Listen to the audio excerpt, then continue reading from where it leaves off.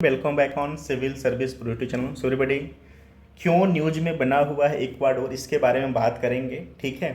और हमारे एग्ज़ाम के लिए इम्पोर्टेंट क्यों हो जाता है, जिन्होंने संघ लोक सेवा आयोग या स्टेट पीसीएस के एग्ज़ाम देते हैं, तो जब भी कुछ अंतर्राष्ट्रीय स्थल या अंतर्राष्ट्रीय कंट्री ऐसे किसी इश्यूज़ या किसी ओकेजन्स को पाकर जब वो चर्चा में होती हैं, तो उनके इर्द गिर्द की बातें पूछी जाती हैं, उनसे जुड़े राज्य पूछे जाते हैं, जगह पूछी जाती हैं, नदियाँ पूछी जाती हैं। सो उसके व्यू से हम बात करेंगे।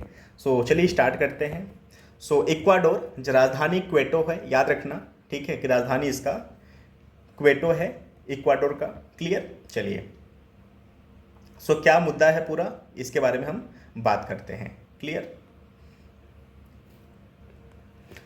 सो देश में एक राजनीतिक नेता की हत्या की गई है। ठीक है। यहाँ पर एक राजनीतिक नेता जो थे, उनका हत्या किया गया है, जिससे कि यहाँ पर आपातकाल लगाया गया है, इमरजेंसीज लगाया गया है, जिसको पाकर ये न्यूज बना हुआ है, कंट्री का न्यूज बना हुआ है। ठीक है। क्लियर। सो न्यूज में आने का कारण क्या है कि इक्वाडोर जो कंट्री है, वहाँ पर एक राजनीतिक नेता थे, उनका हत्या किया गया है, जिसको पाकर न्यूज बना हुआ है। ठीक है। सो इक्वाडोर से जुड़े हम कुछ भौगोलिक प्रदेश को जान लेते हैं, जो कि हमारे एग्जाम का ट्रेंड रहा है हमेशा से। ठीक है। तो राजनीतिक अगर सीमा की बात करें तो यह उत्तर पश्चिम में दक्षिण अमेरिका का देश है। क्लियर। इसको प्लीज रट लेना, यह उत्तर पश्चिम दक्षिणी अमेरिका का देश है।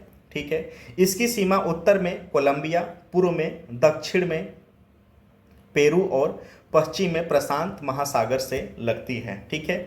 इसमें प्रशांत महासागरीय द्वीप गैलापागोस आइलैंड है। ठीक है।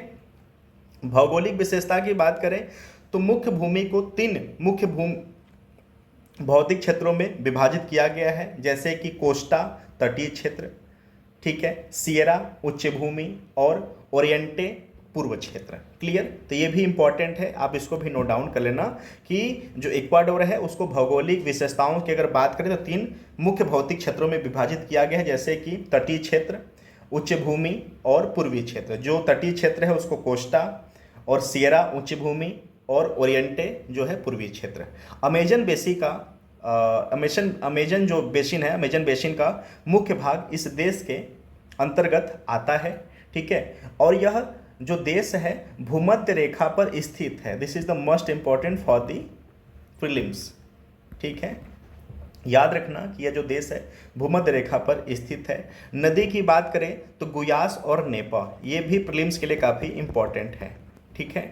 और सबसे ऊंची जो चोटी है चिम्बोराजो और एंडीज पर्वतमाला का एक भाग है। याद रखना चिम्बोराजो, ये भी पीटी के लिए काफ़ी इंपॉर्टेंट है।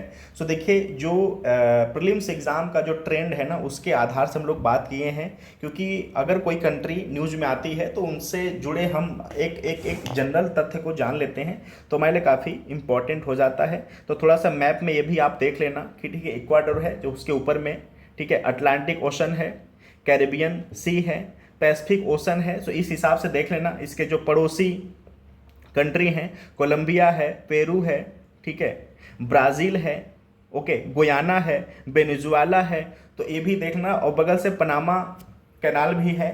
तो इस हिसाब से जो एग्ज़ाम का जो ट्रेंड है उसके हिसाब से थोड़ा सा आप देख लेना, और बाकी जो छोटे छोटे कंटेंट है इसको भी आप नोट डाउन कर लेना। चलिए एवरीबॉडी, फिर मिलते हैं अगले सेमिनार में। अगर आप आंसर राइटिंग में प्रैक्टिस करना चाहते हैं, इंटरेस्टेड हैं, तो answer writing guidance program channel पे चल रहा है, प्लेलिस्ट में जा कर के आप वहाँ से उसको सब्सक्राइब कर सकते हैं। और अपने आंसर को अगर चेक करवाना चाहते हैं तो टेलीग्राम ग्रुप है, जो कि लिंक डिस्क्रिप्शन बॉक्स में दिया हुआ है, सो वहाँ से आप ज्वाइन कर सकते हैं। चलिए मिलते हैं फिर अगले सेशन में। तक के लिए धन्यवाद। Thank you so much watching.